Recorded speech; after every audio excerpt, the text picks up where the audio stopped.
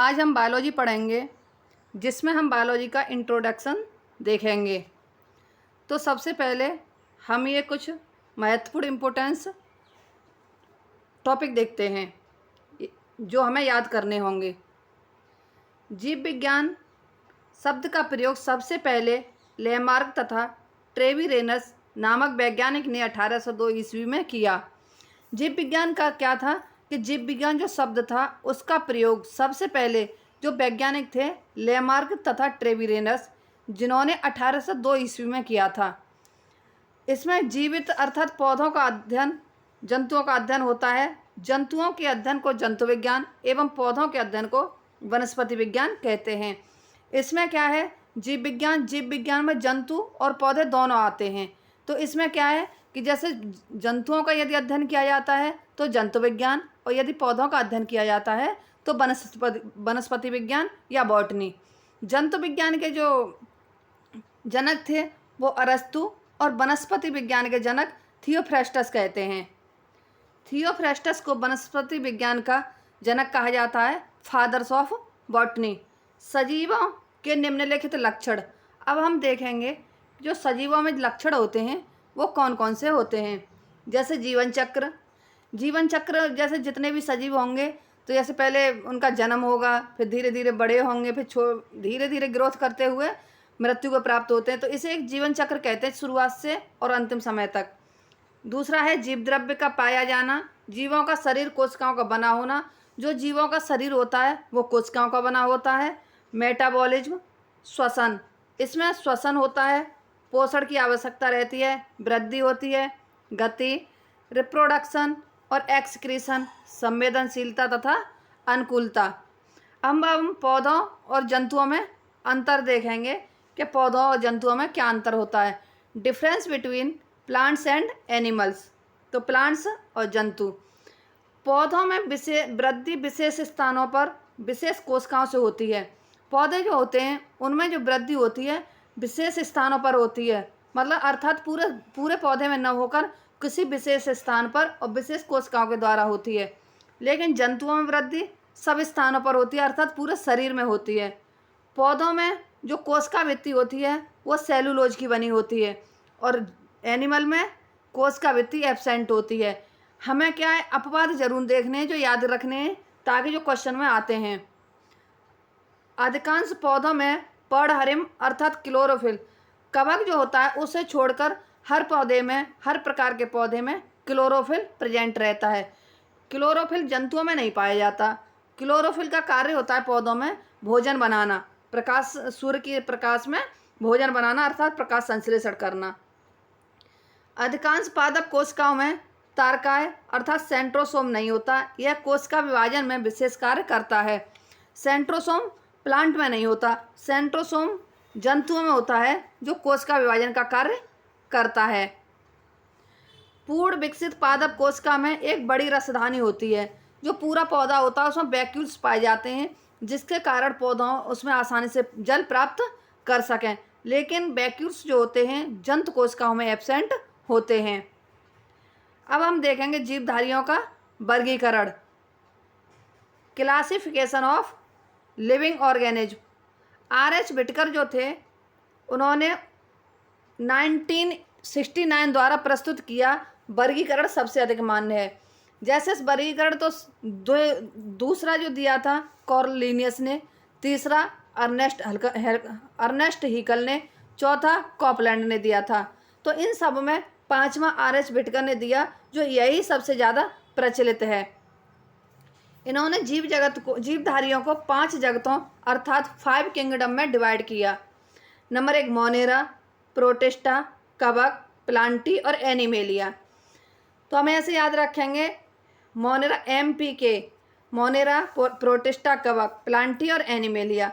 Monera में जीवाणु आता है, साइनोबैक्टीरिया आता है और माइकोप्लाज्मा आता है। प्रोटिस्टा में अमीबा, एंटमीबा और यूग्लिना।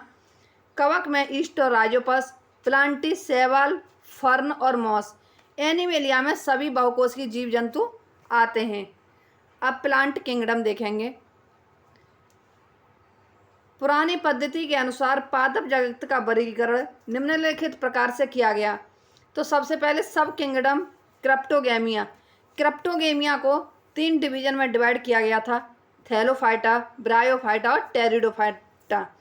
थैलोफाइटा ऐसे जीव होते हैं जिनमें का शरीर जो होता है वो 3 भागों में डिवाइड नहीं होता, अर्थात इसमें जड़, तना एवं पत्ती नहीं होती है। इनका जो शरीर होता है थैले के समान अर्थात सूकाय के समान होता है। तो थैलोफाइटा में शैवाल, कवक और जीवाणु आते हैं। शैवाल और कवक के मिलने से लाइकेन बनता है। ब्रायोफाइटा में मॉस और टेरिडोफाइटा में फर्न होता है। अब हम सब किंगडम फेनेरोगेमिया या स्पर्मेटोफाइटा देखेंगे। इसमें डिवाइड जो हुआ था पुष्पी या बीजी पौधों के आधार पर। इसके 2 डिवीजन में बांटा गया, अनावृत बीजी और आवृत बीजी, जिम्नोस्पर्म और एंजियोस्पर्म। अनावृत बीजी में साइकस, चीड़ और देवदार आते हैं।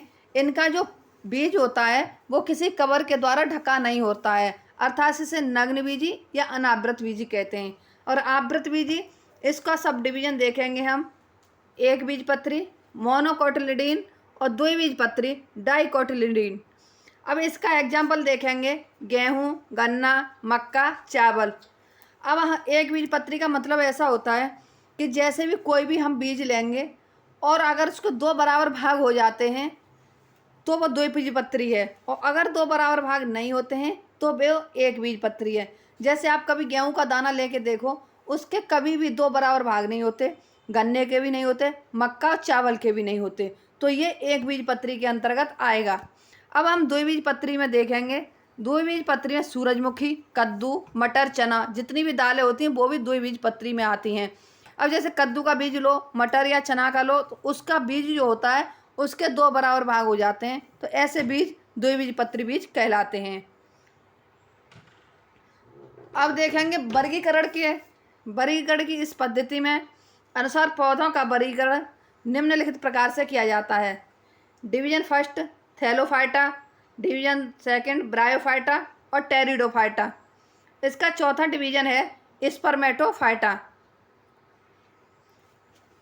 थैलोफाइटा में इसके अंतर्गत कवक और शैवाल आते हैं। ब्रायोफाइटा में मॉस और टेरिडोफाइटा में फर्न आता है। स्पर्मेटोफाइटा में जिम्नोस्पर्मी और एंजियोस्पर्मी आते हैं। इसका एग्जाम्पल देखेंगे हम, साइकस और पाइनस। जिम्नोस्पर्म का एग्जाम्पल है साइकस और पाइनस, और एंजियोस्पर्म का एग्जाम्पल है एक बीजपत्री तथा द्विबीजपत्री। एक बीजपत्री और द्विबीजपत्री को तो अभी मैंने आपको समझाया था कि कोई बीज जिसके 2 भाग हो जाते हैं द्विबीजपत्री, और जिसके 2 भाग नहीं होते हैं वो एक बीजपत्री कहलाते हैं। अब हम जो कुछ वैज्ञानिक हैं जिन्होंने, कुछ वैज्ञानिकों का वनस्पति विज्ञान में जो योगदान रहा है, किस वैज्ञानिक को किसका उसका नाम दिया गया है। प्रोफेसर पी माहेश्वरी, ये एम्ब्रियोलॉजी के लिए विख्यात थे। डॉक्टर केसी मेहता, ये प्लांट पैथोलॉजी के लिए थे। प्रोफेसर SR कश्यप, इन्हें भारतीय ब्रायोफाइटा विज्ञान का जनक कहते हैं, father of Indian bryology. Professor Birbal Sahni को भारतीय जीवाश्म वनस्पति विज्ञान का जनक, फादर ऑफ इंडियन पैलियोबॉटनी कहा जाता है। डॉक्टर MS स्वामीनाथन, इन्हें भारत में हरित क्रांति का जनक कहा जाता है। हरित क्रांति जो थी वो खाद्यान्न पदार्थ के लिए थी, और जो विश्व के थे वो डॉक्टर नॉर्मन बोरलॉग थे। और प्रोफेसर MOP आयंगर को आधुनिक भारतीय शैवाल का जनक कहा जाता है। अब हम इसी टॉपिक से संबंधित कुछ क्वेश्चन देखेंगे। किस वैज्ञानिक को भारतीय जीवाश्म विज्ञान का पिता कहते हैं? बीरबल साहनी को। निम्न में से कौन वनस्पति विज्ञान का जनक कहा जाता है? थियोफ्रेस्टस। सजीवों के वातावरण के साथ संबंधों का अध्ययन क्या कहलाता है? पारिस्थितिकी। भारत में हरित क्रांति के जनक तथा जिन्हें भारत सरकार द्वारा पद्म विभूषण से सम्मानित किया गया है वो डॉक्टर MS स्वामीनाथन थे। मृदा का अध्ययन वनस्पति विज्ञान की किस शाखा के अंतर्गत करते हैं? मृदा विज्ञान। जैविक संगठन का उच्चतम स्तर क्या है? जैवमंडल। इसी के साथ ही हमारी आज की ये क्लास समाप्त होती है। हमारी अगली क्लास कल होगी। यदि हमारी ये वीडियो आपको पसंद आती है तो हमारे चैनल को लाइक, सब्सक्राइब, शेयर व कमेंट अवश्य करें। धन्यवाद।